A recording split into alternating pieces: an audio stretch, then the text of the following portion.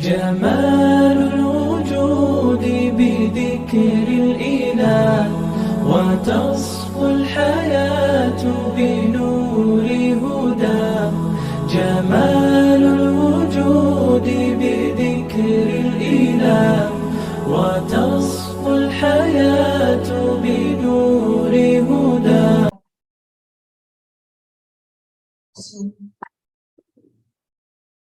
أعوذ بالله من الشيطان الرجيم. بسم الله الرحمن الرحيم. السلام عليكم ورحمة الله وبركاته.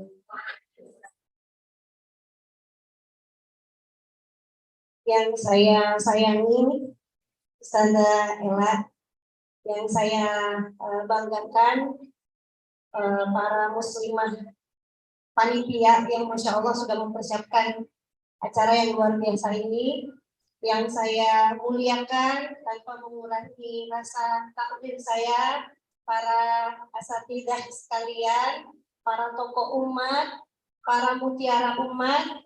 Mudah-mudahan ibu-ibu sekalian, perjumpaan kita hari ini mendapatkan keberkahan dari Allah Subhanahu wa taala dan ganjaran pahala yang berlipat ganda. Amin ya rabbal alamin.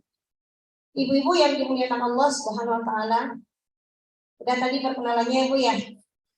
Alhamdulillah saya diberikan kesempatan oleh Allah untuk berjumpa dengan ibu-ibu sekalian. Masya Allah, wajah-wajah perindu surga.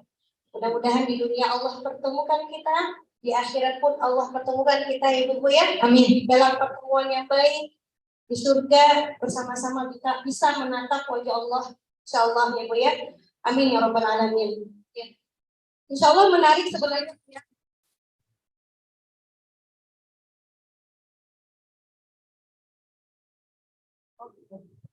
Saya berdiri apa duduk ya Bu ya?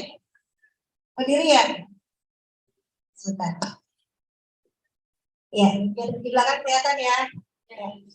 Alhamdulillah, ibu-ibu, topik kita hari ini itu bukan sesuatu yang baru, ya Bu ya, tapi juga tidak basi untuk kita bahas kembali.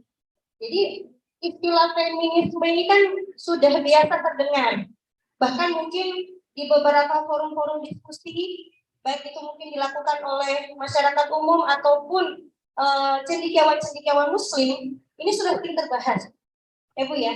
Tapi kenapa kok hari ini penting kita untuk bahas kembali? Nah, nanti biar penasarannya hilang, ayo kita masuk ke materi. Nah, ibu-ibu yang dimuliakan Allah, sepakat nggak Bu? Kalau saya katakan bahwa hari ini perempuan masih terpuruk. Sepakat nggak Bu? Sepakat ya.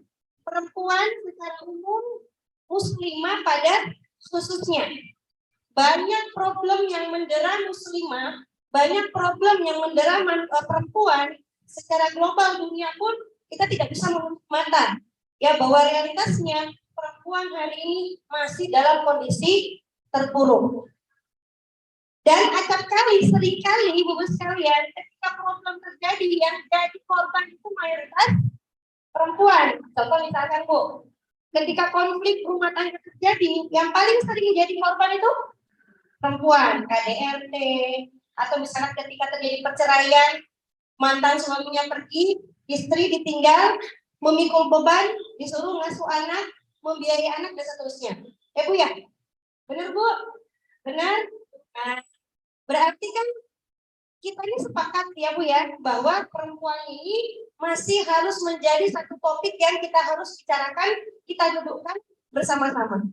Nah, kaitannya dengan feminis, jadi kalau kita berbicara perjuangan perempuan, berarti kita tidak bisa lepas dari istilah feminisme. Nah, hari ini ibu sekalian, ya, ada yang istilahnya tuh feminisme muslim atau feminisme Islam. Nah, kok bagus gitu ya. Jadi kalau misalkan apa Bu? Ada istilah sekarang tuh bank konvensional, bank syariah. Sekarang ada feminisme Islam gitu ya. Jadi diberikan satu kata gitu ya yang seolah-olah akhir-akhirnya mengemas feminisme ini jadi bagus. Tapi mari kita lihat dulu sekalian ya, apakah betul feminisme Islam itu akhirnya menjadi angin segar bagi wanita, bagi perempuan untuk mengentaskan persoalan yang menderang mereka hari ini? Nah, ibu-ibu yang dimuliakan Allah, wabil khusus para mubalighah yang saya muliakan. Jadi kalau kita berbicara feminisme, saya lagi-lagi minta kesepakatan ibu-ibu dulu ya. Acungkan tangan ya, punten gitu kalau orang Punten. Kalau saya kan orang Makassar ya Bu ya. Ada di semua orang Makassar. Tapi ya punten. Kalau saya tanya tolong diacungkan yang setuju, yang nggak setuju nggak usah. Feminisme itu bahaya apa enggak Bu? Yang setuju bahaya angkat tangan. Berarti yang angkat tangan nih bisa jadi 2. Oke, mayoritas ya 99% kayaknya. Feminisme baik-baik aja, nggak masalah. Ayo, angkat tangan. Ada? Oh, nggak ada. Alhamdulillah, berarti kita sepakat. Nah, feminisme, ibu sekalian, ini tuh berbahaya. Nah, bahayanya di mana? Nanti kita bahas, ya. Tetapi kemudian kita eksklusifkan pembahasan kita ini ke pembahasan feminisme Islam itu. Nah, itu feminisme Islam ini, ibu sekalian, itu lebih belakang muncul dibanding feminisme itu sendiri. Jadi kalau feminisme itu sebagai perjuangan perempuan-perempuan Eropa, itu kan muncul di akhir abad 17. Lah kalau feminisme Islam ini baru aja muncul di akhir abad ke-19. Jadi baru muncul sekitar tahun 1900-an masuk ke tahun 2000. Ketika para perempuan-perempuan muslim, ibu-ibu sekalian, yang mereka ini notabene belajar dari barat. Jadi muslim belajar di barat, lalu mempelajari konsep kebebasan di barat, kembali ke negara mereka membuat konsep feminisme Islam. Dari mana mereka, Bu? Dari barat. Feminisme sendiri dari mana? Dari barat. Jadi sama sebenarnya, mau feminisme tanpa nama maupun feminisme Islam sama-sama berasal dari barat, Ibu sekalian. Nah, siapa yang disasar dari isu feminisme ini? Semua wanita, semua perempuan dari berbagai kalangan, mau dia tua, muda, ya, muslim, muslimah, aktivis apa bukan, ibu rumah tangga, semua disasar oleh target feminisme ini. Lanjut. Nah, feminisme ini ya diinisiasi oleh penggabungan antara feminisme dengan Islam. Jadi banyak tokoh-tokoh muslim itu, Bu, wabil khusus para muslimah itu, para muslimahnya, perempuan muslimnya, itu bersepakat ya untuk mengambil konsep feminisme versi barat. Apa sih feminisme itu versi barat, Bu? Memperjuangkan kesetaraan gender, singkatnya begitu ya, simpelnya begitu, memperjuangkan kesetaraan gender. Jadi feminisme barat ini pengen laki-laki itu disamakan dengan perempuan dalam status apapun, bukan hanya dari sisi hak dan kewajiban gitu ya, tapi di level manapun mereka ingin memperjuangkan laki-laki dan perempuan ini sama. Nah, pendapat ini atau ide ini diambil oleh tokoh-tokoh muslim. Gitu, Bu. Mereka ambil dan mereka bersepakat dengan ide barat ini bahwa perempuan itu memang harus sama. Jadi posisinya itu, Bu, nggak ada laki-laki di atas, perempuan di bawah, nggak ada. Semua harus sama dalam level manapun. Ya, makanya nanti sasaran dari feminisme Islam ini adalah mereka mulai merekonstruksi, jadi membahas ulang ayat-ayat Allah yang pada hakikatnya di ayat itu Allah membedakan antara peran laki-laki dengan peran perempuan. Oke, lanjut. Lanjut saja. Nah, ini yang saya katakan tadi, jadi abad ke-19 kemudian muncul di Indonesia disebabkan karena tadi. Jadi para aktivis-aktivis perempuan di negeri-negeri muslim itu merasa terpanggil untuk kemudian memperjuangkan perempuan, ya, memperjuangkan hak perempuan, kesetaraan perempuan yang dipandang bahwa perempuan hari ini mengalami diskriminasi, gitu ya. Oke, lanjut. Nah, Isu feminisme ini, ibu-ibu sekalian, ya, kalau kita kaitkan dengan fakta hari ini, ya, ibu-ibu, fakta hari ini, angka kekerasan KDRT misalkan itu tinggi, ya. Menurut data WHO, Organisasi Kesehatan Dunia, mereka mengatakan di antara 1 dari 3 perempuan dunia itu pernah mengalami KDRT, baik itu kekerasan dalam rumah tangga maupun kekerasan seksual. 1 dari 3 perempuan. Berarti sekitar 756 juta perempuan dunia itu pernah mengalami kekerasan seksual, baik itu fisik maupun psikis. Di Indonesia sendiri, ibu-ibu sekalian, kasus kekerasan seksual yang itu akhirnya merugikan perempuan itu masih memprihatinkan. Sampai kan banyak tuh ya Bu, program-program yang dilakukan oleh pemerintah, ya, mulai dari misalkan membuat edukasi seks dini gitu ya. Itu diajarkan tuh Bu ke anak-anak kita di sekolah gitu ya. Untuk kemudian katanya menangkal nih ya angka kekerasan seksual yang terjadi di tengah-tengah masyarakat ya. Nah, lalu kemudian Bu, tingkat perceraian itu juga meningkat ya Bu ya. Apalagi pasca pandemi kemarin, pandemi sampai pasca pandemi itu angka perceraian meningkat 75% ya Bu ya. Alasan perceraian itu terjadi karena perempuan atau istri menggugat suaminya. Jadi istri menggugat suaminya ke pengadilan ya. Lalu alasan paling dominan dari kasus-kasus gugatan itu adalah persoalan ekonomi. Ya. Ada nggak Bu yang ngalamin atau ada nggak yang pernah kita dengar tetangga kita yang dia itu menggugat suaminya hanya karena merasa bahwa nafkah itu tidak cukup dari suaminya, lalu dia merasa jadi saya bisa cari nafkah sendiri, ya kan Bu ya. Akhirnya kemudian terjadilah yang namanya gugatan, gitu. Atau misalkan dampak dari broken home, persoalan suami istri yang mendera rumah tangga berimbas kepada generasi, ya Bu ya. Akhirnya banyak anak-anak itu yang mengalami depresi di rumah, mencari kesenangan di luar, bertemulah mereka dengan pergaulan bebas. Nah ini kan muaranya sama Bu, ya Bu ya, muaranya sama-sama di situ terjadi yang namanya ketimpangan. Ketimpangan apa Bu? Ketimpangan dalam memahami fungsi. Nah, kenapa kok terjadi ketimpangan fungsi peran di dalam rumah tangga? Karena kan tadi Bu ya, Islam sudah menetapkan, ya nanti kan mungkin akan dibahas sama Ibu Nur ya. Tapi kalau saya sedikit gitu ya Bu ya, dalam Islam itu kan udah jelas, dalam rumah tangga itu yang berfungsi sebagai kawam siapa Bu? Suami. Tidak hanya sebagai pemimpin, tapi pemberi nafkah. Oleh feminis, ini dirombak Bu.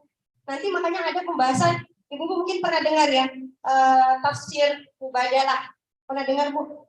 Nah ini penting kita bahas juga, nanti saya kasih contohnya, saya kasih pembahasannya. Saya dulu ya.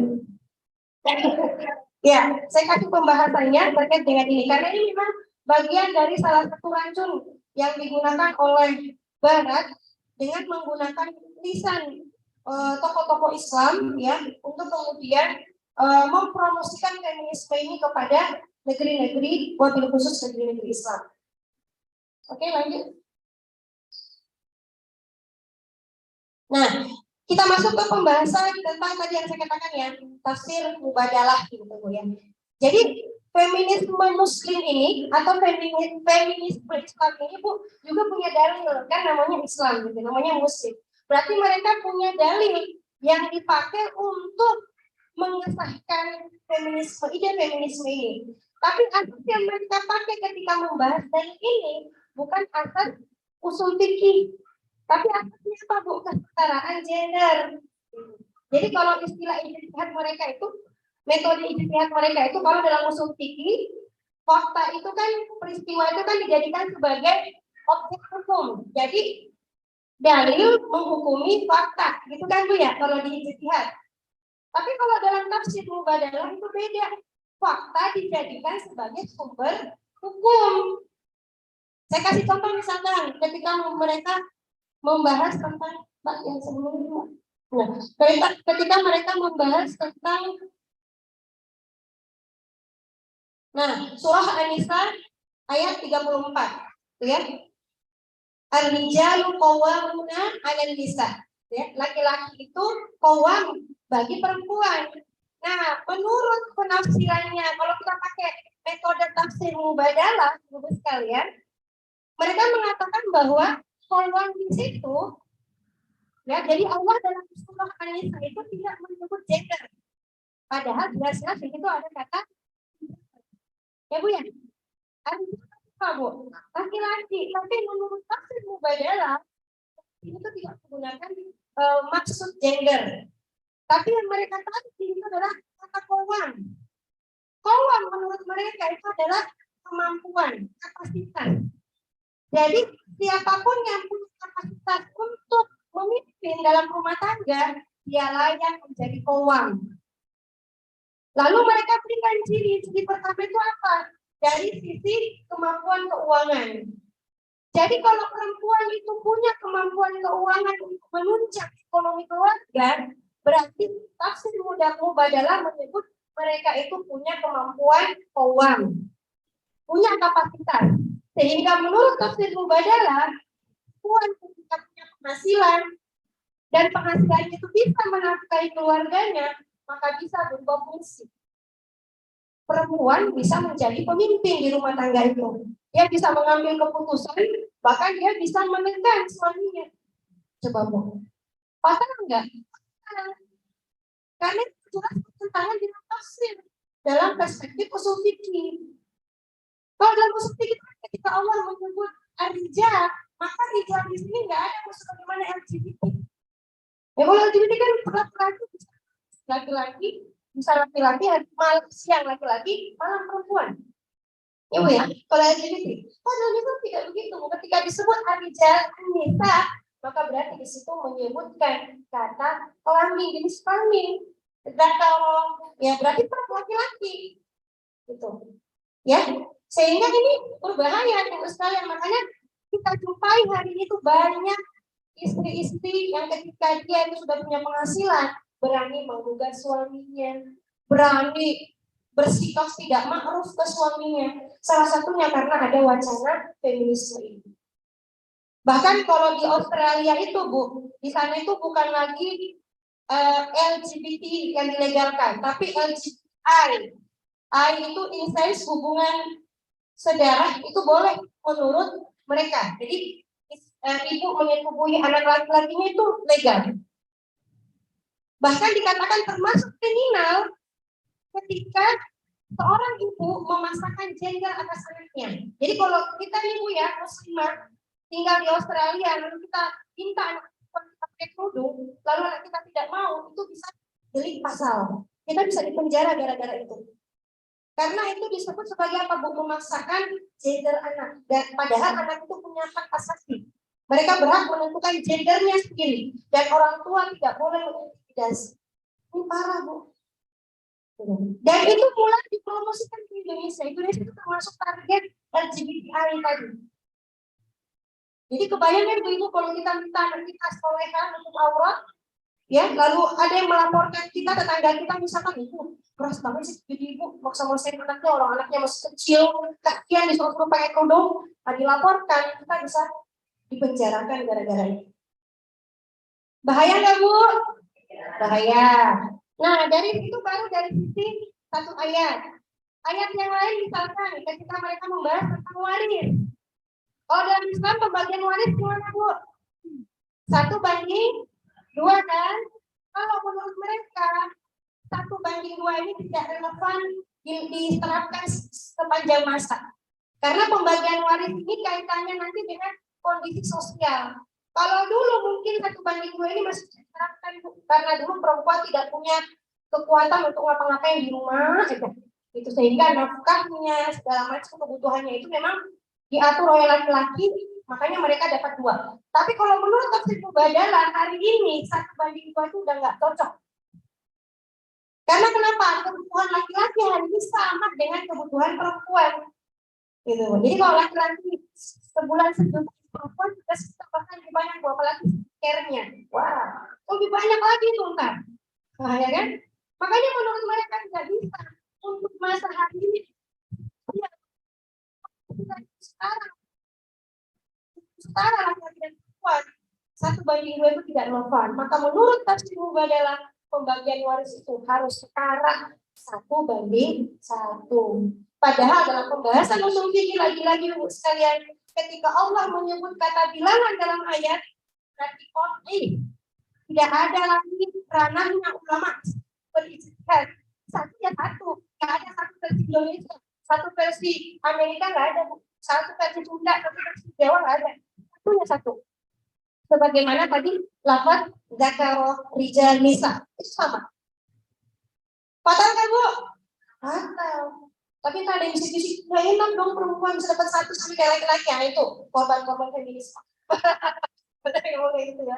Kayak enak dapat satu sama-sama. Ya ibu sekalian. Lalu ada lagi terkait dengan pekerjaan. Bagaimana bu? Dalam Islam bagi perempuan mubah. Namanya mubah berarti boleh memilih, boleh bekerja, boleh tidak.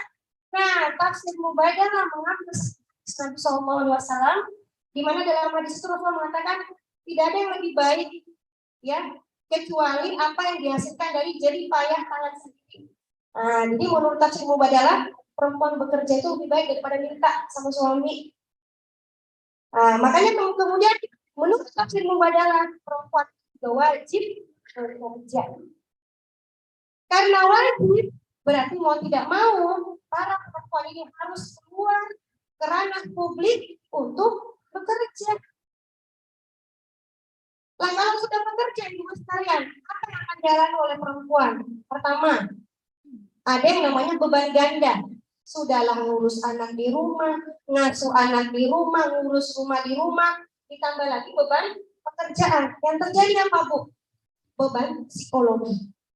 Banyak ibu yang akhirnya mengalami depresi, baby blues, segala macamnya itu ya, disebabkan karena tadi ada peran ganda yang diberikan kepada pundak para ibu, para perempuan, disebabkan karena ide feminisme ini. Ditambah lagi sebenarnya bu banyak penyakit lain. Pertama penyakit dari keluarga, ya ini penyakit ya bu ya. Kalau ada yang bilang, bang, istri lo kerja apa? Ibu nggak kerja. Jadi ngurus anak dari subuh nih bu sampai malam dibilang nggak kerja. Nah, karena kenapa? Masyarakat kita kapitalisme hari ini yang namanya kerja itu yang menghasilkan uang, duit. Jadi kalau kita kerja, bilang udah pun berarti seperti itu. Yang namanya perempuan nggak kerja bu, itu nggak berguna. Makanya kan ada tuh program pemerintah melalui Kementerian PPPA, gitu, pemberdayaan perempuan dan anak, dikatakan bahwa perempuan berdaya guna. Nah, jadi perempuan tuh menurut negara kita berguna kalau kerja bu. Jadi kalau nyuci masak itu nggak berguna ibu sekalian. Ya Allah ya Rahman. Jadi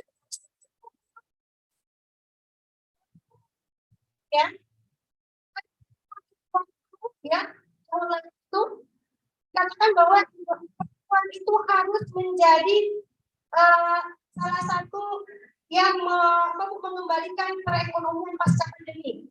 Nah, jadi kalau dulu kan kita berisiko untuk kita kembali ekonomi itu, maka harus diberdayakan perempuan itu. Muncullah program PEP, pemberdayaan ekonomi perempuan. Jadi perempuan itu bisa bekerja supaya ekonomi negara balik kembali gitu katanya.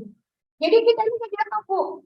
Jadi pilar ekonomian negara. Udahlah kita kerja, ninggalin keluarga, dapat tuh negara kita pemasukan dari pekerjaan kita. Duitnya di atas diapain bu? Tahu ya.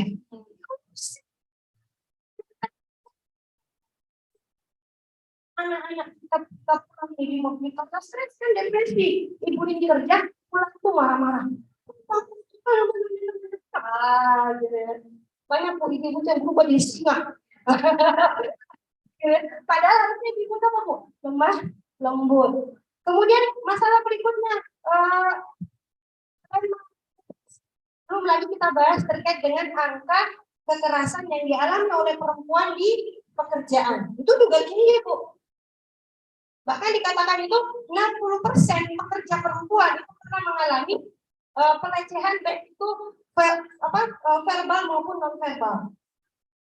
Mengalami mereka, ya. Tapi Indonesia belum punya payung hukum untuk menyelesaikan kasus pelecehan seksual itu yang dialami oleh para pekerja si perempuan ini. Belum lagi kemudian kita bahas tentang ketimpangan upah. Nah, jadi 43% upah laki-laki itu lebih tinggi daripada upah perempuan. Jadi dengan pekerjaan sama, dengan jam kerja yang sama, perempuan itu upahnya lebih sedikit. Makanya ibu sekalian muncul analisa bahwa feminisme ini salah satu keuntungan yang didapatkan oleh barat adalah keuntungan ekonomi. Kenapa saya katakan ibu sekalian seperti itu? Populasi perempuan sekarang kan lebih banyak daripada laki-laki, Bu, ya. Nah, ini tuh kesempatan ini diambil oleh barat. Wah, mumpung perempuan nih banyak daripada laki-laki dan mereka memang lagi butuhnya duit, gitu ya. Lagi butuh-butuhnya duit. Maka kemudian diambil kesempatan ini oleh elit kapital, para pengusaha-pengusaha untuk merekrut perempuan bekerja dengan upah yang minim. Kalau perusahaan ngasih upah minim, yang diuntungkan siapa, Bu? Perusahaan. Jadi kasihan perempuan sebenarnya, Bu, ya. Tapi ya, kasihan, Masya Allah. Sehingga Bu sekarang ini menjadi PR buat kita bersama untuk membicarakan mau dibawa kemana nih perempuan Muslim ke depan. Apakah akan menjadi korban atau justru harus menjadi para penggerak yang akan membela hak-hak perempuan? Karena yang bisa membela perempuan tuh hanya kita dengan konsep Islam, tidak bisa berharap kepada konsep Barat. Nah, karena waktu saya sudah habis, ya mungkin salah nanti kalau ini kita bisa lanjut di diskusi dan akan disempurnakan oleh Ustazah Ella. Saya mohon maaf Ibu sekalian, wabillahi taufiq wal hidayah. Wassalamualaikum warahmatullahi wabarakatuh.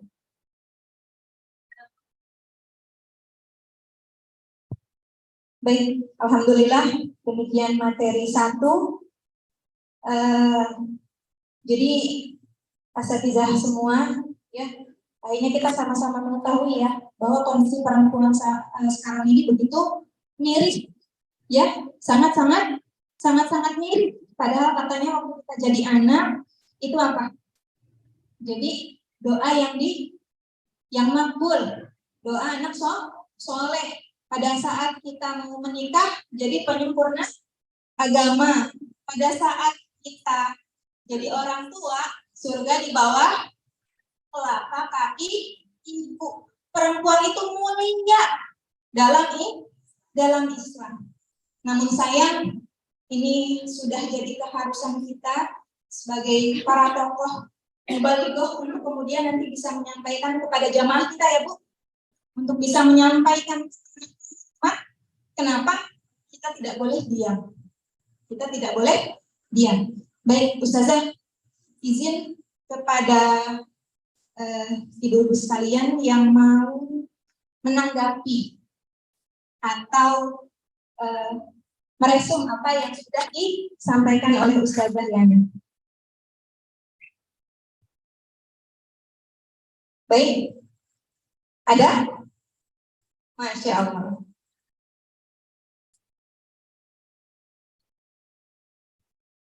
Bismillahirrahmanirrahim. Assalamualaikum warahmatullahi wabarakatuh. Izinkan saya memperkenalkan diri, saya Sofia dari Sepu. Terkait pemaparan materi tadi dari Ustazah Sofia, bahwa salah satu ya, yang menjadi perjuangan kaum feminis itu adalah perempuan itu harus disamakan dalam hal dunia kerja. Jadi itu yang mereka perjuangkan, yang mereka inginkan, sehingga perempuan bisa mandiri, bisa mengambil keputusan dan sebagainya di dalam rumah tangga. Tetapi fakta di dalam masyarakat yang saya lihat, justru dalam kondisi saat ini banyak perempuan-perempuan, ibu-ibu rumah tangga yang dia berjibaku bekerja, itu mereka bukan karena korban-korban pemikiran feminisme. Mereka bukanlah para pejuang feminisme yang tadi ya ikut memperjuangkan ide feminisme, bukan juga korban dari pemikiran feminisme. Tapi justru mereka itu bekerja ya, mau misalnya apakah itu di kantor atau jualan ya dan lain sebagainya. Tidak sedikit dari mereka yang harus bangun malam ya, yang harus bangun malam mempersiapkan segala sesuatunya. Justru karena keadaan ya, karena keadaan perekonomian rumah tangga yang memang mau tidak mau harus ada campur tangan perempuan, campur tangan seorang istri di situ, seorang ibu gitu ya. Dan tentu saja itu akan mempengaruhi tadi ya ke dalam kehidupan di rumah tangganya ya, baik dari sisi pengurusan rumah yang waktunya menjadi berkurang, terus pendampingan terhadap anak-anaknya juga berkurang dan lain sebagainya. Gitu. Jadi bagaimana kita ya sebagai apa ya istilahnya punya lukisan bagi masyarakat yang kita harus menjelaskan, menguraikan kepada mereka bahwa kondisi kita seperti ini ya, nanti kan ada sanggahan gitu. Enggak semua bisa dipukul rata di kedua ya, bahwa perempuan-perempuan di masyarakat yang sedang bekerja itu adalah orang-orang yang terkena pemikiran feminis. Enggak demikian gitu. Justru mereka aduh capek nih kayak gini terus gitu loh. Kayak gini terus kalau nggak begini ya apalagi anaknya banyak gitu ya. Sekolah sekarang mahal gitu ya. Terus bahkan kita ingin pendidikan terbaik untuk anak-anak kita dan sebagainya. Jadi kita ngambil celahnya ke tengah masyarakat gimana menjelaskan bahwa ada yang memang karena pemikiran feminisme, bahwa ada yang memang karena korban sistem. Demikian. Assalamualaikum warahmatullahi wabarakatuh.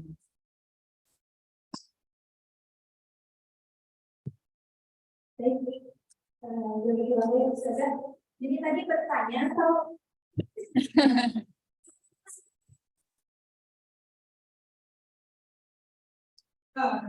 baik, kami tahu dulu ya. Baik, untuk selanjutnya kita masuk ke narasumber kedua kita, Ustazah Nur lainnya. Jadi kalau kita bicara ilmu perempuan itu jangan kurang ya Bu. Makanya betul imajin ilmu. Terus juga kalau di sana ya dengan kurang langkah ya, yang tidak ada tadi. Jangan sampai dari perempuan itu merasa kurang pengetahuan, oke? Karena banyak perempuan itu ini kerja seperti kami banyak. Ya, ada seperti itu. Makanya nanti yang untuk selanjutnya Ustazah mereka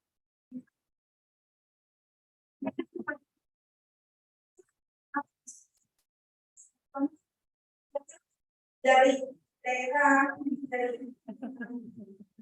dari apa namanya pemerintah yang sudah dilakukan dan kira-kira apa solusi tuntas seperti itu. Baik, pada Ustazah. Baik, bismillahirrahmanirrahim. Assalamualaikum warahmatullahi wabarakatuh. Alhamdulillahirabbil alamin wa bihi nasta'in wa ala umuri dunya wassalatu wassalamu ala man ba'athahu Allahu basyiran wa nadhira wa ala alihi al-athhar wa sahbihi al-abrar wa man tabi'ahum lahu ila yaumiddin. Asyhadu an la ilaha illallah wahdahu la syarika lahu wa asyhadu anna Muhammadan abduhu wa rasuluh. Ya Pak. Apa kabar Ibu semuanya hari ini? Masya Allah. Ini sepertinya belum satu frekuensi. Belum satu frekuensi. Coba sama lagi ya. Sepertinya memang baru beralih ya dari materi pertama yang masih masih panas gitu ya. Ini kayaknya tadi sempat kulino jadi lumayan agak tidak satu frekuensi. Apa kata ibu semuanya hari ini?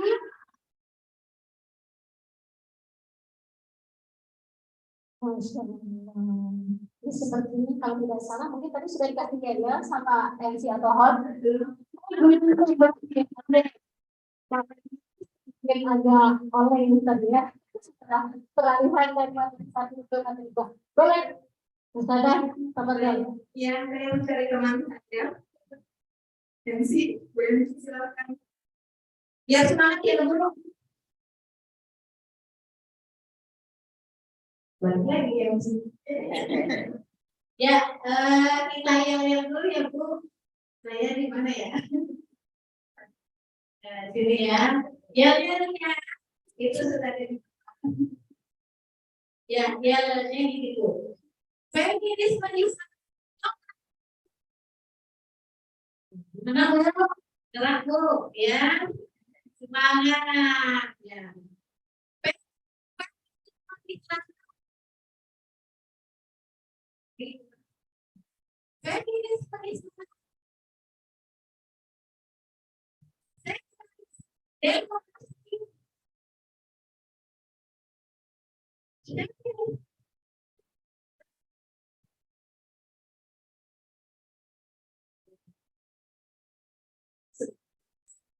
Ide dari saya juga. Dan pengalaman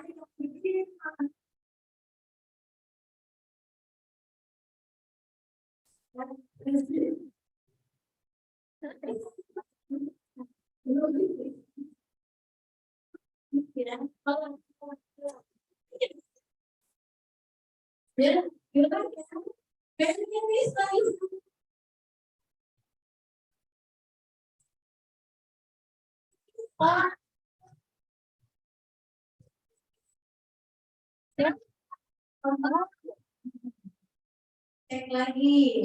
Berarti suara ya. Ya, satu ya suaranya. Lagi ya, sekali lagi.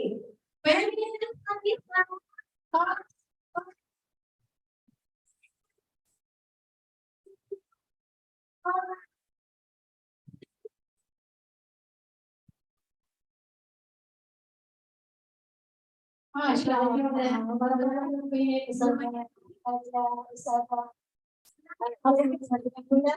betul Bu, ekspresi itu harus sesuai Ibu ya. Tolak. Ini perjuangan tolak. Baik, alhamdulillah saya mohon izin berdiri. Ibu-ibu yang dirahmati Allah, para ustadzah mubaligh, para ketua majelis taklim, para penggerak majelis taklim yang mohon maaf tanpa mengurangi rasa hormat dan kecintaan saya kepada ibu yang tidak bisa saya sebutkan satu persatu. Izinkan saya menyampaikan amanah ya dari panitia. Sebetulnya Masya Allah pasti hadir di tengah-tengah kita ustadzah yang sudah lebih mumpuni dari sisi keilmuan. Tapi Insya Allah mudah-mudahan ini jadi pengingat kita bersama. Seperti yang disampaikan di materi pertama tadi bahwa ternyata saat ini kondisi khususnya perempuan tidak sedang baik-baik saja. Setuju Bu? Setuju. Walaupun sebetulnya kalau misalnya kita lihat tadi ya, ada nggak sih pihak-pihak tertentu yang sudah berupaya untuk menyelesaikan problem tersebut? Ada tidak kira-kira Bu? Ada sebetulnya. Coba kita lihat ya. Kalau tadi digambarkan ya, khususnya mungkin di wilayah kita di Tangerang Selatan, bahwa di tahun terakhir ya, data tahun 2002, itu banyak terjadi kekerasan seksual ya, hampir naik 75%. Ya, ini fakta yang dekat dengan kita Bu. Kita di Tangerang Selatan, ini fakta yang dekat dengan kita.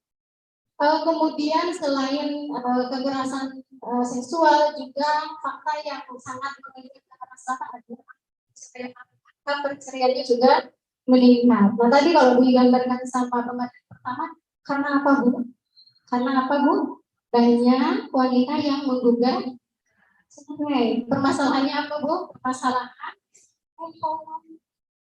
Nah makanya Kalau misalnya kita melihat permasalahan, kemudian kira-kira solusi itu melihatnya kemana, Bu? Ke permasalahannya apa, nanti solusinya apa? Nah, nanti kira-kira kita akan lihat nyambung atau tidak solusi yang ditawarkan, solusi yang sudah diberikan oleh pemerintah, khususnya pemerintah Kota Tangerang Selatan. Ternyata yang dilakukan oleh pemerintah Tangerang Selatan itu untuk mengatasi hal demikian adalah yang pertama memang memberikan pembinaan. Ya, bahkan pembinaan ini dilakukan dari anak-anak yang usianya kelas 2 SMU sampai kelas 2 kelas 3 SMU ya, ya. Tapi ternyata tujuannya apa, Bu? Tujuannya hanya untuk mencegah pernikahan di bawah usia 19 tahun. Pada faktanya, Bu, perceraian tadi ya, kekerasan seksual baik yang dilakukan di rumah tangga maupun di luar rumah tangga, apakah dilakukan hanya oleh orang-orang yang nikah dini? Tidak, ya, karena permasalahannya tidak sederhana itu, benar. Atau juga untuk mengatasi tadi ya, kalau misalnya sudah ada korban, maka saya baca di beberapa artikel dan kemudian ada ini ya, solusi yang ditawarkan oleh pemerintah juga. Kalau sudah ada korban, Bu, kalau sudah ada korban yang tadi jadi korban kekerasan, itu diberikan apa, Bu? Diberikan zakat. Coba, Bu, itu sudah apa, Bu? Sudah semakin jauh.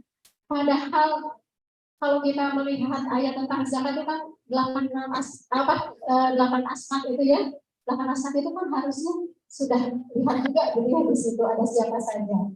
Jadi seolah-olah nih kalau orang sudah dihajar di babak belur kasih zakat, gitu ya, selesai nggak, Bu? Ini kalau kata anak-anak sekarang apa, Bu? Jangan sembuh, naik jerapah, yang nyambung Markona. Enggak ada yang punya di sini yang namanya Markona. Bener ya kalau ada. Ya, Bu, sampai apa ya, Bu? Jadi nah inilah. Berarti apa? Solusi yang diberikan oleh pemerintah khususnya saat ini ya, dengan tadi mereka melakukan upaya-upaya itu ternyata tidak nyambung. Tapi faktanya ketika itu dilakukan kan tidak apa? Tidak menyentuh kepada solusi yang mendasar. Ya, hanya melihat masalah-masalah yang di permukaan saja, tapi tidak melihat permasalahan yang dasarnya apa. Sehingga ini apa? Solusinya pun solusi yang tambal, solusi yang tidak tuntas. Seperti itu. Baik, jadi sebetulnya harusnya solusi yang tuntas itu apa, Bu? Apa, Bu? Apa, Bu? Solusinya Islam. Tapi kalau Ibu lihat Islam gimana caranya Islam jadi solusi, kayaknya nggak berasa deh kita sekarang beragama Islam, tapi kok permasalahan juga banyak. Nah, ini yang harus kita cermati ya, bahwa tadi ketika melihat permasalahan problem itu kita harus melihat dari akar masalahnya apa. Bukan hanya melihat dari satu sisi tadi, permasalahannya perceraian terjadi karena apa? Karena konflik rumah tangga yang disebabkan karena ekonomi. Itu suami istri gara-gara nafkah, gara-gara ekonomi. Padahal sejatinya permasalahan ekonomi itu bagian dari permasalahan yang besar juga, gitu ya. Nah, kalau kita lihat problem perempuan ya, sebetulnya juga merupakan problem apa, Bu? Problem juga laki-laki kalau dikaitkan dengan tadi masalah ekonomi. Ya, misalnya kalau misalnya kita lihat ya, Bu ya, problem yang terjadi selama ini gitu ya, yang kita hadapi, yang kita temui gitu ya, yang terjadi di masyarakat, baik yang menimpa perempuan maupun yang menimpa laki-laki, sejatinya adalah apa, Bu? Sejatinya karena apa? Karena tidak diterapkannya aturan Islam.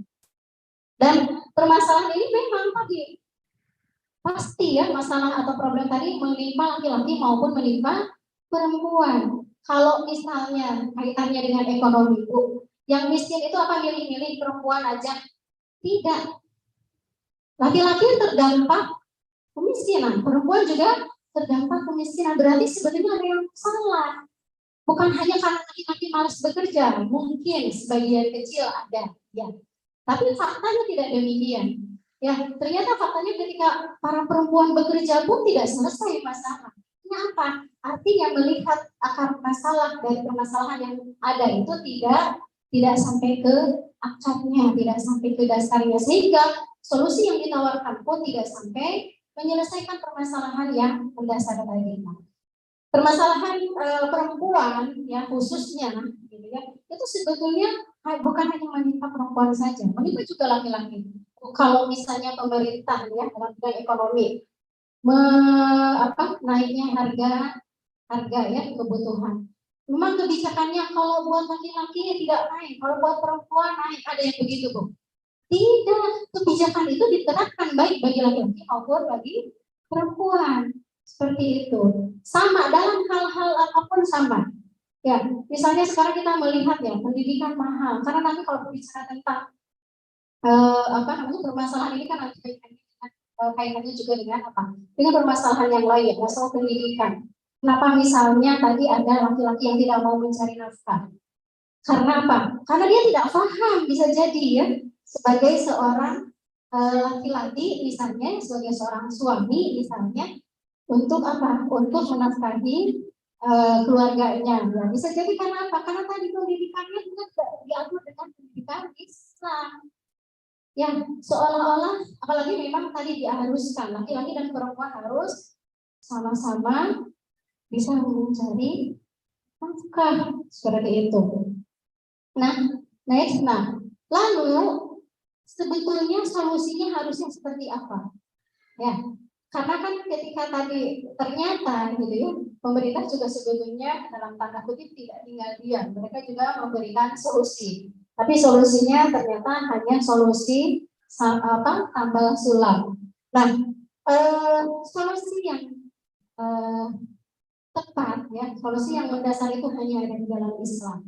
Karena Islam ini nanti ketika memberikan solusi ini tidak apa ya Bu, tidak ekstrem kiri maupun ekstrem kanan. Ekstrem kiri, ekstrem kanan ini maksudnya apa? Kalau ekstrem kanan ini memberikan kebebasan yang sebebas-bebasnya kepada para perempuan. Perempuan mau jadi apapun boleh. Ya, bahkan kan ini yang kemudian diadopsi ya.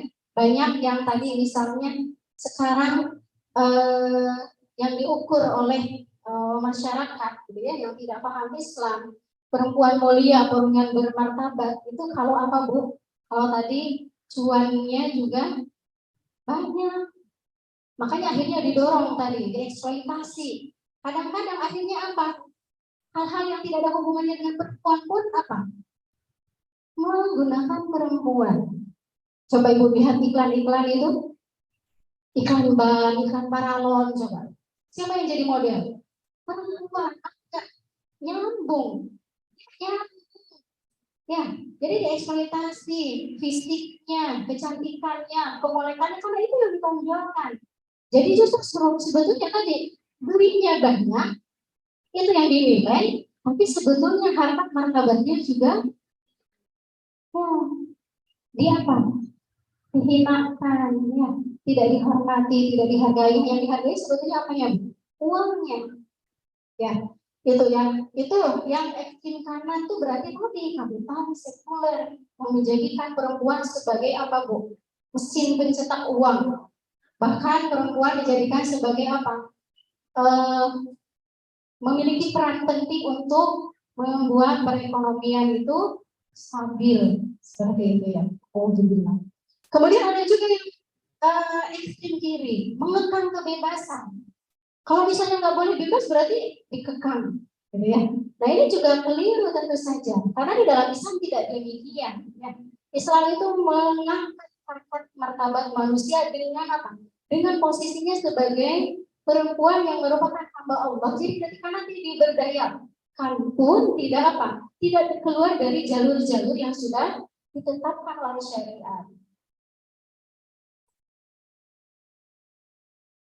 Nah, terus Bu, kalau misalnya kita sudah tahu di akar masalahnya adalah ketika tadi ya, kita saat ini hidup di tengah-tengah yang dimana Islam tidak diterapkan, Islam tidak dipakai, aturan Islam dicampakkan. Solusinya adalah Islam. Tapi yang seperti apa Iya, karena kan bentuk-bentuknya kadang-kadang akhirnya kalau Islamnya hanya pada batas tataran individu nih, sabar aja, iya sabar, tawakal aja, itu betul tidak Bu? Betul, tapi itu pada tataran individu, ya Bu ya, tawakal, sabar, itu saja ya, istiqomah gitu ya. Nah kemudian apa sebetulnya yang harus dilakukan? Ya, kita tahu bagaimana Islam dulu ketika diterapkan. Ya, berarti artinya apa? Islam kalau mau jadi problem untuk seluruh permasalahan, berarti harus apa Bu? Harus diterapkan. Berarti apa? Mungkin ibu-ibu ustazah yang sudah pernah mengikuti DSS sebelumnya, kita harus ingat penerapan Islam yang sempurna ini tidak mungkin dari zero.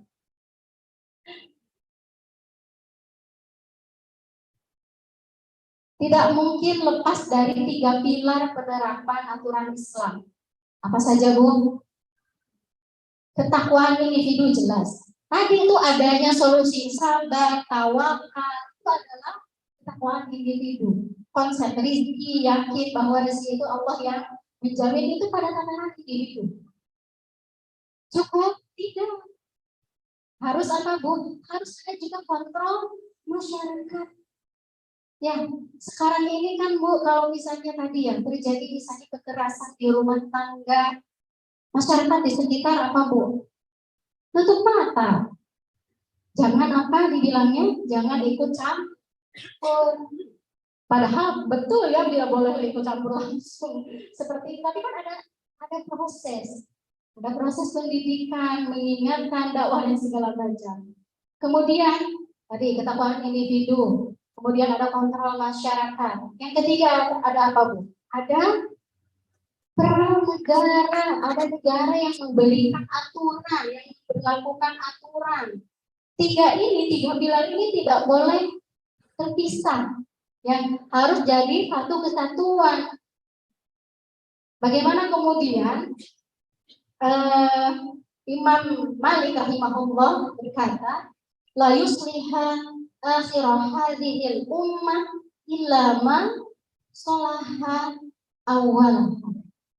Jadi beliau mengatakan bahwa tidak akan pernah bisa memperbaiki kondisi generasi akhir umat ini, problem-problem yang terjadi di umat ini, khususnya tadi karena kita sedang berbicara tentang problem perempuan, hilang kecuali apa yang telah terbukti mampu memperbaiki kondisi generasi awalnya. Bu, perempuan dihinakan itu bukan hanya terjadi saat ini. Sebelum Islam datang, jahiliyah, ya, bangsa Arab jahiliyah sebelum Islam, pra-Islam, itu mereka memang juga sama, Pak Bu, menghinakan perempuan. Perempuan tidak dianggap, baik perempuan dikubur hidup-hidup, punya anak perempuan sebagai sebuah aib. Jadi dari dulu sudah ada, ya, diskriminasi itu. Tapi ternyata itu selesai dengan apa Bu? Dengan Islam. Ketika Islam datang, Islam menyelesaikan itu. Tapi tidak hanya diselesaikan oleh individu-individu, ada negara. Bagaimana sistem Islam, ya, seorang khalifah itu sebagai ro'in, sebagai pemimpin, dia akan menjalankan tanggung jawabnya, memberikan hak-haknya, hak warga negaranya, baik laki-laki maupun perempuan, hak pendidikannya. Kita ingat bagaimana Sayyidah Aisyah, banyak Bu hadis yang diriwayatkan oleh beliau, banyak. Beliau perempuan Bu, perempuan. Artinya apa? Kalau beliau sampai bisa meriwayatkan hadis, berarti artinya beliau hadir di majelis ilmu, menuntut ilmu. Justru yang mengekang perempuan tidak boleh keluar, tidak boleh berpendidikan tinggi, tidak boleh bekerja, tidak boleh ini, tidak boleh itu, bukan Islam. Nah, makanya kalau kemudian Islam jadi kambing hitam, gara-gara Islam, kemudian tadi ya, perempuan jadi tidak memiliki haknya kembali. Ya, di tadi di kemunculannya feminisme itu kenapa Bu? Mereka Muncul karena apa? Menuntut hak perempuan. Tahun berapa itu muncul? Tahun pada abad 18 tahun 1800-an, pada abad ke-18. Itu ketika saat justru Islam, itu kan terjadi di Eropa, yang notabene agamanya bukan Islam, tidak menerapkan aturan Islam, tapi justru di Daulah Abbasiyah pada saat itu tahun 18an itu sedang apa, Bu? Sedang banyaknya para ilmuwan baik laki-laki maupun perempuan. Bahkan jauh sebelum itu Rasulullah mencontohkan, ya Bu ya, para khalifah setelahnya mencontohkan Rasulullah, bagaimana Rasulullah mengirim pasukan untuk mengusir Yahudi Bani Qainuqa dari Madinah. Karena apa? Karena ada seorang perempuan yang kehormatannya diganggu di pasar Bani Qainuqa. Sampai seperti itu, Bu. Sekarang kaum muslimah menjerit ke sana kemari, dikasih solusi hanya dengan zakat. Rasulullah mencontohkan lebih dulu. Umar, bagaimana ketika masa Umar perempuan diberikan apa? Hak yang sama. Sampai-sampai Umar tidak malu ketika ada seorang muslimat yang mengingatkan Umar karena Umar membatasi jumlah mahar. Saking sejahteranya saat itu, para wanita itu meminta mahar yang sangat tinggi kepada Umar. Sampai kemudian kebijakan Umar ini dia apa, Bu? Dimuhasabahi oleh seorang sahabiah. Dikatakan bahwa Umar, Allah aja tidak membatasi jumlah mahar ya. Tetapi apa? Tapi Umar menolak. Umar justru menerima. Wanita itu benar dan Umar salah. Artinya apa, Bu? Sudah sejak lama perempuan memiliki hak suara di majelis Umar, khalifah di muhasabahi. Kalau kemudian sekarang perempuan dibungkam, tidak boleh bersuara, bukan dari Islam berarti. Kalau perempuan tidak boleh ke majelis ilmu, tidak boleh keluar, berarti bukan Islam. Ya. Nah, pelaksanaan aturan Islam itu tadi butuh sistem, butuh negara. Dan negara berarti bukan negara asal negara. Ya, negara yang diridhoi, negara yang diberkahi, negara yang sudah dicontohkan oleh Rasulullah, yang termaktub di dalam kitab-kitab Salafus Shalih, di dalam hasanah-hasanah ilmu Islam. Negara yang bukan asal negara, tapi negara yang sudah dicontohkan. Negara khilafah, bukan demokrasi, bukan republik, bukan kerajaan. Tapi apa, Bu? Khilafah, karena tadi sudah dicontohkan bagaimana khilafah mengatur seorang warga negara, baik laki-laki maupun perempuan, dalam memberikan haknya. Bahkan kemudian kalau kita lihat ya Bu ya, di dalam bidang militer, sampai kemudian ini menjadi undang-undang, bagaimana negara memperhatikan kebutuhan wanita. Bukan hanya kebutuhan lahiriahnya saja, tapi kebutuhan batinnya. Ketika Umar mendengar rintihan seorang perempuan ya, karena suaminya pergi berjihad. Kemudian Umar datang kepada Hafsah, wahai Hafsah, berapa lama sih sebetulnya para wanita ini bisa bertahan? Kan perempuan itu butuh diperhatikan ya Bu ya. Makanya katanya ada yang mengatakan, kenapa perempuan itu suka ke mall? Tahu nggak Bu sejarahnya? Kenapa perempuan itu suka ke mall? Karena di mall itu banyak perhatian. Makanya kan suka dipanggil perhatian. Bagus dengan ya Bu ya. Karena perempuan itu bukan perhatian. Kadang-kadang uang banyak juga enggak cukup, bukan itu perhatian. Nah, sampai khalifah memperhatikan. Perhatiannya itu luar biasa, bagaimana kebutuhan batin seorang wanita itu diperhatikan. 4 bulan tidak boleh lebih seorang mujahid, seorang tentara meninggalkan para istrinya. Seperti itu. Supaya apa? Supaya terpenuhi kebutuhan batinnya. Sampai seperti itu, Bu. Itu menjadi apa, Bu? Menjadi aturan militer saat itu. Coba. Masya Allah. Nah, Islam memandang perempuan itu sebagai masyarakat yang tidak terpisah dan baik dari laki-laki ya. dalam beberapa ayat sudah Allah sebutkan ya, wal mu'minuna wal mu'minati ba'duhum awliya'u ba'd. Jadi apa? Saling tolong menolong dalam ketaatan. Justru bukan saling apa Bu? Saling bersaing. Pokoknya perempuan harus lebih dari laki-laki atau sebaliknya. Perempuan harus di bawah, laki-laki harus di atas. Tidak, tapi harus apa? Awliya'u ba'duhum ba'd. Ya. Nah, pemberdayaan keduanya ya, baik laki-laki maupun perempuan berarti apa? Tidak boleh lepas dari pemberdayaan sebagai anggota masyarakat, sebagai hamba Allah, ya. Dan itu dilihat berarti dari sudut pandang sebagai seorang hamba. Makanya kan kalau di dalam Islam itu memandang seseorang gitu ya harus seperti manusia memanusiakan manusia gitu ya. Harus memanusiakan manusia, maksudnya artinya apa? Nggak melihat laki-laki atau perempuannya gitu ya. Jadi Islam memberikan solusi itu tadi dengan memanusiakan manusia. Karena faktanya saat ini tadi ya, aturan itu tidak memanusiakan manusia seperti itu.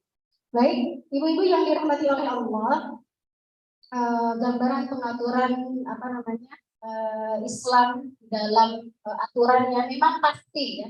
Kita tidak bisa menafikan bahwa ada aturan-aturan yang khusus untuk laki-laki, ada aturan-aturan yang khusus untuk perempuan, ada yang sama untuk keduanya gitu ya.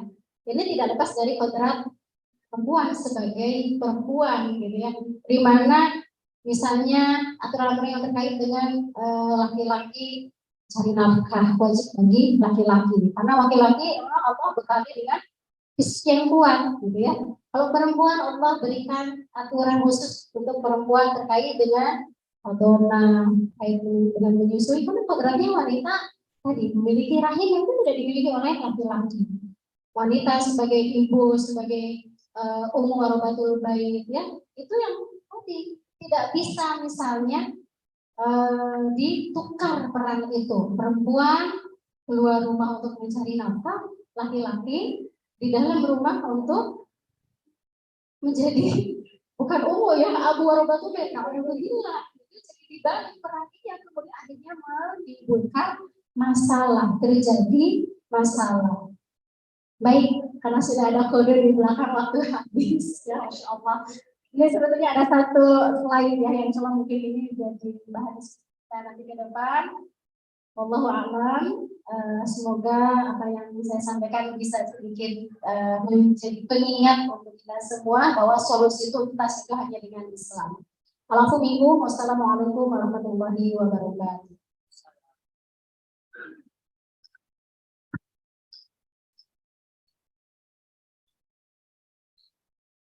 Jazakallahu Ustazah Ella atas pemaparannya.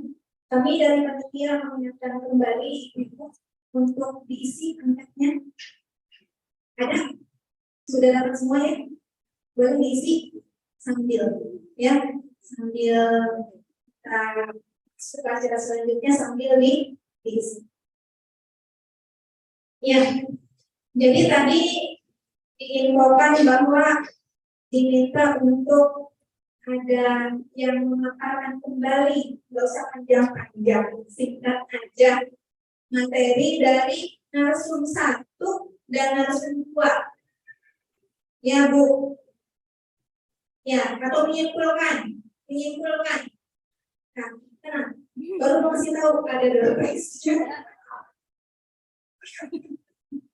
Ini udah semangat ini baru mau kasih tahu. Gak apa-apa, Masya Allah. Mau dari yang kedua menyinggung.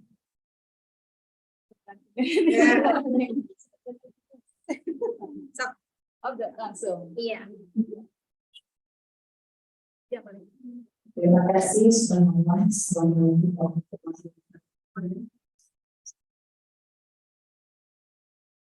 Terima kasih.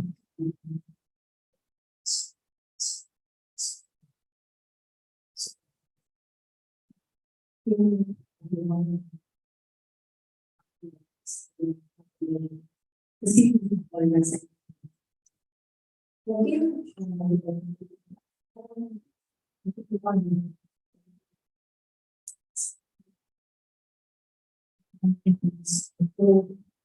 mungkin boleh dikatakan itu tidak akan hilang, ya tidak akan hilang. Kadang-kadang ada yang berbeda pendidikan, relasi dengan tujuan dalamnya. Sehingga kita ini memang mengacu kepada sistem pendidikan kita yang mana contoh saja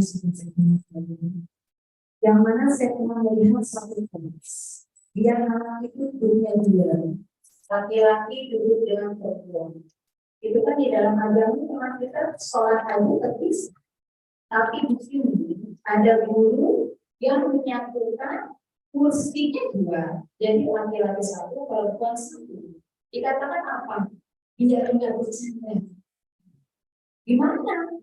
Kalau memang yang namanya anak kelas 1, kelas 2, anak kecil, ya kan itu tidak bisa. Ya.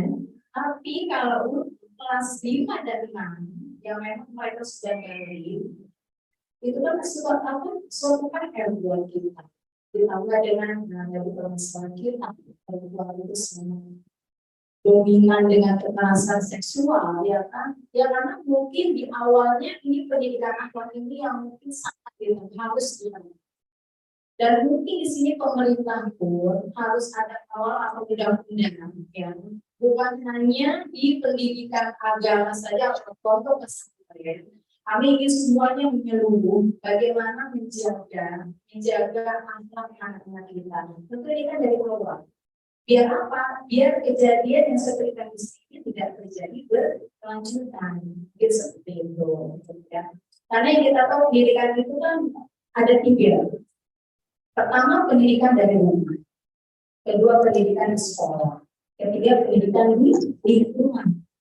Nah, bagaimana cara kita sebagai adazir ya di masyarakat dalam menggunakan suatu pendidikan untuk putra putri kita. Ini yang sering terlewatkan. Bahkan ada yang mengatakan kalau anak masuk ke sekolah agama, nanti lulusnya pada kerja. Ini kan mindset orang tua cuan. Dan sekarang anak didorong terus untuk sekolah setinggi-tingginya untuk cuan sekolah seperti itu. Jadi ini yang digambarkan saja. Agar kita di sini, maksudnya kita sebagai penggerak, ya budaya penggerak bisa mentoleransi bagaimana cara kita ini agar memilih pendidikan untuk putra putri. Karena ini adalah dasar kita, bekal kita untuk kita selanjutnya. Saya rasa mungkin ini satu PR buat kita juga ya. Jadi kita bukan hanya menggunakan kita harus seperti ini, perempuan harus seperti ini, tapi kita dari dasar kita harus kita terapkan juga. Seperti itu ya. Terima kasih Ustazah. Waalaikumsalam. Ustazah apa namanya siapa dari mana? Masih dari Masih dari Serpong. Oh Bu Masih dari Masya Allah. Saya satu lagi. Tapi belum nanya ya Bu?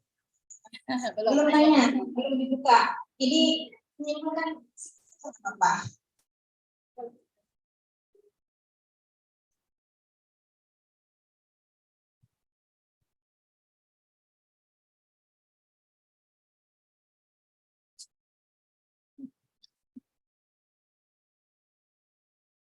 Assalamualaikum warahmatullahi wabarakatuh. Dari pendidikan yang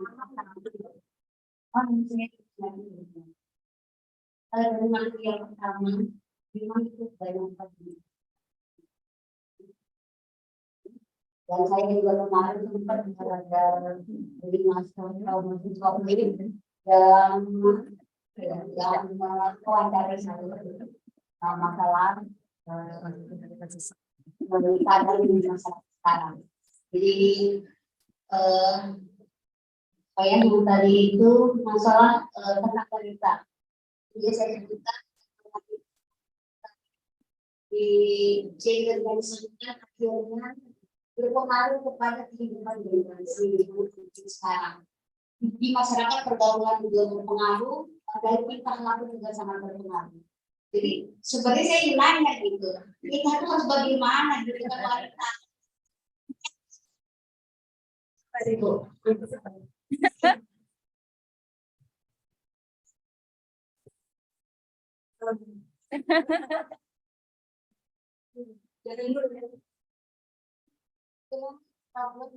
Harus dijelaskan kepada para lembaga untuk peran kita wanita itu apa, sehingga tidak berpengaruh kepada segala yang dikatakan kita dilecehkan segala macam itu saja. Dari saya karena saya belum siap untuk itu ya. Assalamualaikum warahmatullahi wabarakatuh. Waalaikumsalam. Ini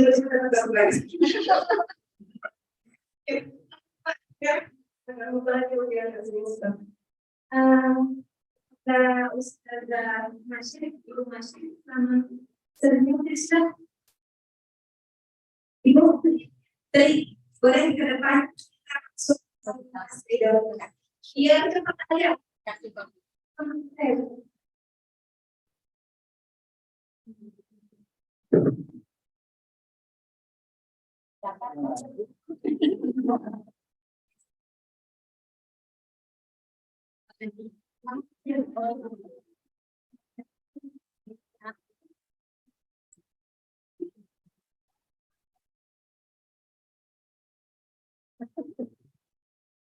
jangan boleh tidak itu. Kalau kita di sini orang-orang yang waras, ya, Masya Allah tadi pemaparan dari ustazah kita luar biasa, dan kepada para tokoh sekalian. Insya Allah tugas kita kan nggak mudah ya. Ngaji itu, kajian itu nggak cukup sekali 2 kali. Ya, makanya pemahaman ini seperti ini. Berapa tahun kan? Nggak sabar pulang. Jadi duduk makna. Sekolah nanti datang, sekolah nanti. Ini masih seperti ini. Jadi diharapkan mudah-mudahan saat ini orang-orang ini produk pokok bagi khusus kan ibu-ibu ya jadi harus jadi orang. Selanjutnya sesi baik, ada berapa orang yang sudah ingin mengeluarkan unek-uneknya? Boleh. Boleh dulu ya. Oh ya, biar cepat. Ustazah kami, Ustazah Mulyana. Ada yang ini?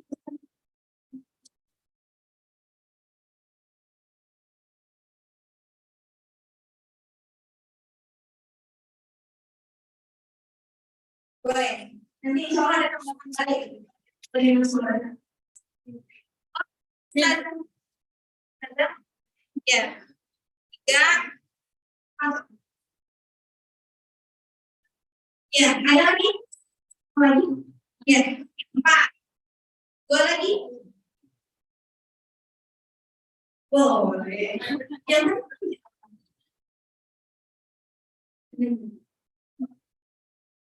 ya, boleh. 5 berarti ya. 1 lagi. 1 lagi. Cukup? Cukup. Oke. Untuk yang pertama dari Ustazah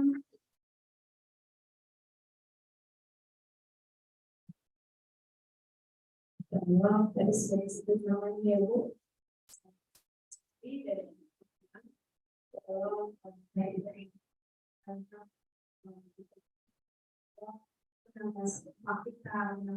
Kita terus pulang kayak yang cuma pulang, tapi membawa solusi untuk semua. Ya, yang di situ dituliskan atau digaungkan itu mengenai kaum muslimah khususnya, tetapi di situ malah kalau tadi pemaparannya mengaturkan, menjatuhkan, sementara masyarakat masih terbuat dengan menarik-menariknya aja, bagus-bagusnya aja. Perempuan ini kan harus punya skill, perempuan ini boleh kok, ini baru dibolehkan secara hukum cara tarinya. Padahal di sisi lain itu melalaikan yang harusnya menjadikan kewajibannya. Tadi Ustazah Nura, Ustazah Sujani juga menyampaikan bahwa perannya seorang perempuan itu adalah umum bentuk ini. Tapi dibalik ini. Nah, yang jadi pertanyaan saya itu bagaimana menyampaikan solusi-solusi yang dipaparkan tadi harus dengan Islam yang apa? PR-nya memberikan pemahaman kepada masyarakat itu sendiri, khususnya kepada Islam dari luar yang akan sebagai penyambung pada jamaah mereka. Jangan sampai peran perempuan menjadi malah kebablasan.